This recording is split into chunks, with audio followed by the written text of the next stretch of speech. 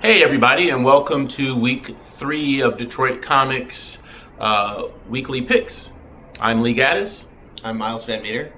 and this week we have some good stuff coming out for you, huh? What do you got this week, Miles? This week I have Dark Horse Presents number 17. They rebooted this last year. It's one of my favorite series ever. Constantly, new different talent doing serialized short stories. This one wraps up Brendan McCarthy's Dream Gang, which I've really been enjoying. This is the last one in that series, but Brendan McCarthy is most well known for doing like a lot of 2000 AD stuff. He co-wrote and designed a lot of the stuff for the new Mad Max movie, and he also designed a lot of the stuff for the Reboot TV show. If you remember that from the 90s, that's one of my favorites. But he's one of my favorite creators, and I'm glad that he's still doing something. Especially something like this where can do just tell his own stories and not work for like Marvel or DC or something. Just It's good independent work. Yeah. So. It's really good. Well, my pick for this week is Star Wars Kanan, and this shows why Jedis are badasses. And Kanan throws down some serious pain in this issue.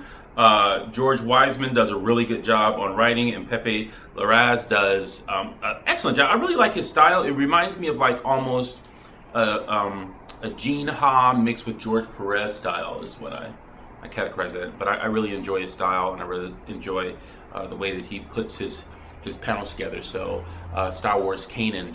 And speaking of which, okay, for those of you who haven't seen Star Wars yet, now is the time to just skip ahead. Stop. Just because we're gonna go on and on and on. We're going in depth into spoiler alert. This is you have been warned. So this is at the 30-second mark. Just stop it. Okay. This is your last chance. Do it if you don't want to know. All right. Okay. We're going with it. We're in. Okay. So Star Wars: The Force Awakens opens with a planet and a Star Destroyer. So they're keeping that theme. Oh, yeah. Right? Yeah. I didn't like the design of the Star Destroyer. Really? I didn't like it. I loved it. I didn't like it. It didn't make any sense. It was like a Star Destroyer smashed on top of another Star Destroyer. Yeah, it was like a regular Star Destroyer on a Super Star Destroyer, right? No, that's not what it was at all. No? See, it was just a bad design. Oh. So, right? So it had the triangle. Yeah. It was trying to be overpowering and menacing. Yeah. But it had no. Ralph McQuarrie was a design genius. I mean, what they did with the new X-wings in this new one was his original design for X-wings from A New Hope. Yeah. His concept sketches. So they used a lot of his concept sketches, but whoever the new people are that were trained by Apple that are working with J.J. Abrams, stop it. The Bridge of the Enterprise sucked. Your design on a lot of this stuff is just really bad. Just stop it. Just stop. Everything does not have to look like an Apple store. Okay. Now that being said, they land on the planet, right? The shuttles come in. On Jakku. They land on Jakku. The shuttles come in. The doors come down, and shit starts popping off. Yeah. Okay. Max von Sydow, by the way, cameo role. You don't even know his name in the movie. Well, I remember when they casted him, and I thought he was going to have a bigger role. Yeah, me too. And then when I saw that, a bad guy. he's very... Yeah, I thought he'd be a bad guy or something. But he wasn't. No, he had a very small role at the beginning of the movie. But even with his dialogue, though, they show the history that he had with Kylo Ren. That I knew you, I know your parents. So there's some history there if they want to do a side story about him. Yeah, like he talks about like this family or whatever. Right, yeah. You can't escape the truth of your family. Right. Yeah, so that happened. And then Poe Dameron, oh my God, hit it out of the park, didn't he? Oh yeah, no, that actor's great. He's gonna be he's the actor who plays Apocalypse in the X-Men movie. Yes, which is very different. I mean, he's been all over the place in his acting. So, but he has some of the best lines, and I wish there was more of him in this movie. I have a feeling we're gonna see a lot more of him in the next movie. Yeah, because every scene he was in, he completely was right on, high energy. I really like that. I really like that. They didn't. So then just death and mayhem. Yeah. Oh no! I think one of the most badass parts in the movie is when Kylo Ren. So let's do it section by section. We'll start with the opening. They're on. They're in the town on Jakku. Okay. Yeah, Kylo Ren stops that blaster. What is that power? What is that power? That is sweet. Kylo Ren can stop a lightsaber blast in midair. Yeah, like a blaster freeze time. I mean, he just stopped it with the Force But then he let, but it was just still standing in the air. until he decided to let it go. Or did he just walk away and then the time phased and the blaster continued to You go? just let it go, just like you would, like if you were using the Force, like if you were To just hold holding something. something up, and then Yeah. because that's exactly what he's doing. He's just holding it.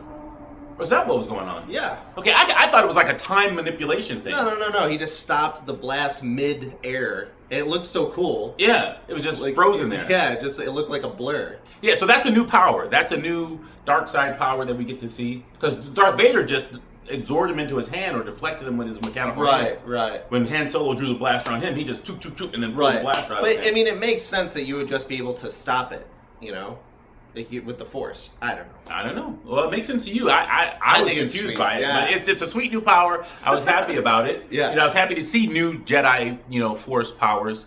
And so they capture Kylo Ren. Kylo Ren captures Poe Dameron, Yeah. takes him back to the. But BB-8, who is like an integral part of the storyline, Right. has like the plans, the map to find Luke. Yeah, he has part of the map that were to the Jedi Temple where they believe Luke is. Yeah, so all you guys are talking about, it opens with a hand floating through space with a lightsaber falling to a planet. None of that's in there. That's not the opening at all. Yeah, there was a lot of spoiler stuff that was just really, or a lot of official leaks that were completely just wrong, 100% on that. So yeah, then BB-8 runs into Rey. That's how we meet one of our other protagonists. Well, wait, we completely forgot about Finn, who's awesome. Yeah, okay, yeah. So Finn comes off the ship.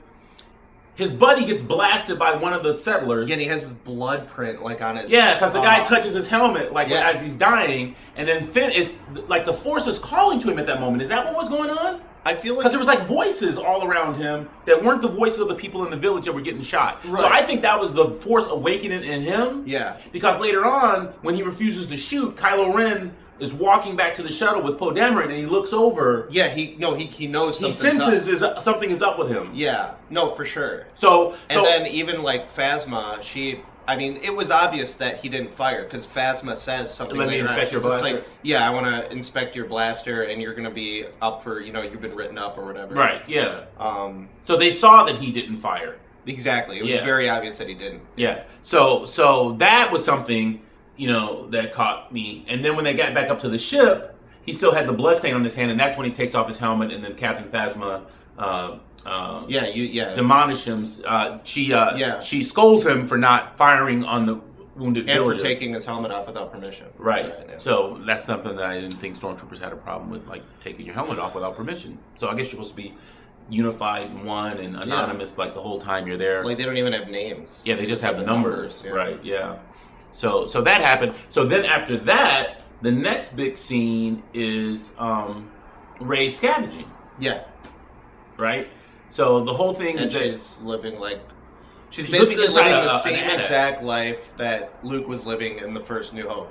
only without his parents. Yeah, she's just broke, scavenging, selling these parts, to So a my giant- understanding is the guy she was selling parts to, her parents left her with him and Yeah. then took off, Right. right? So she was indentured to this guy. They named the race. I can't remember what it was, but Yeah. they named the guy, and he's making her scavenge junk for food. For rations, yeah. Yeah, for food rations instead of taking care of her the way that he was supposed to, I assume. Yeah.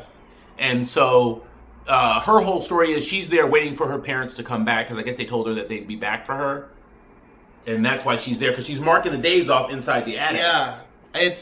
We don't know much about her past at all. But what I find, You know a little bit. well, yeah, you get the little bit of the flashback. Right. But I think one of the most important things that a lot of people aren't discussing is that there's the segment in the trailer where Luke is obviously, I feel like he's talking to her in the trailer, but that dialogue is not in the movie at all. So here's the thing. I think they shot a lot of scenes for this movie to be put in episode 8. I think that's a thing. Yeah. Yeah. So But there's that very important dialogue in the trailer where Luke. I have Luke's- it. You have it. Yeah, he's just I have it. My sister has it. My father had it. You have it. And so it's obvious.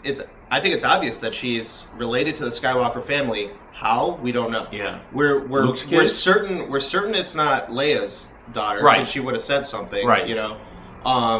It could be Luke's daughter. But there could be some sort of like weird distant relative thing that we're not even aware Or of. just that a they're force keeping sensitive from us. person, right? What? It could be a force sensitive person, just another force sensitive.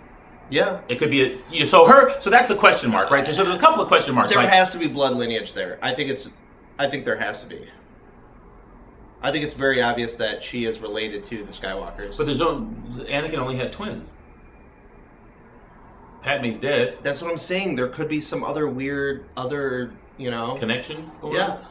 Luke had an illegitimate.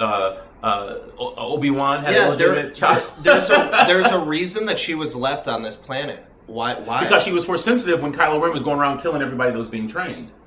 I think her parents knew that she was force sensitive. Yeah. Left her there to go do something. Yeah. Planned on coming back to get her, but were taken out by the First Order and Snoke. I think they're leaving out important things that nobody's even aware of yet. Until 8. Yeah. It's going to be The Empire Strikes Back. Oh, I'm your father. Yeah. I think there's going to be a huge reveal in the second movie. That she's Luke's daughter. I don't know. I think it could be something even more bizarre than that. I think there could be like other Skywalkers that we don't even know about, or not even Skywalkers, like whatever other family members.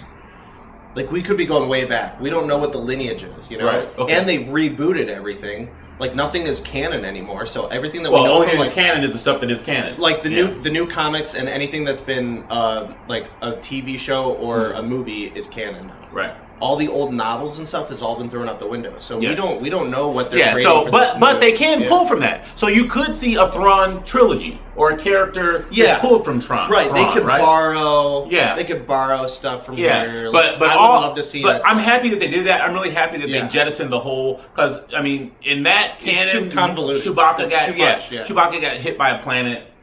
Yeah, You know, they it's wouldn't be able to use the them moon. for the Yeah, It's so just weird. So I'm happy that they've done it the way they've done it with the canon thing. But the movie left a lot of great questions and who I was raised parentage because she Right. never said her last name. Who her parentage She is. doesn't have one, yeah. But how does She she? doesn't have one. How does she know all these stories too? The traders, people come there and buy the junk. Well, that yeah, they yeah. take off. But it's just And then when she got ready to talk to that old lady, they admonished her for even communicating with other people. right. Remember when she was scrubbing the parts that she had collected when she was scavenging, and she went to talk to an old lady, and they were like, "All right, I'll get back to work." Yeah. In some alien language. So So she's a mystery. Yeah. So the next big jump oh man, there's just so much. was back to Kylo Ren torturing Poe Dameron, Yeah. Oscar Isaac, on board. And he gives up. The Star Destroyer. He gives up where BB-8 is. Only after he's forced tortured, because when he's regular Yeah. tortured, they say, "Oh, you've withstood everything we've made Yeah, for yeah, you." yeah. But then, yeah, he's tortured like old Are school you, Vader style. are you comfortable?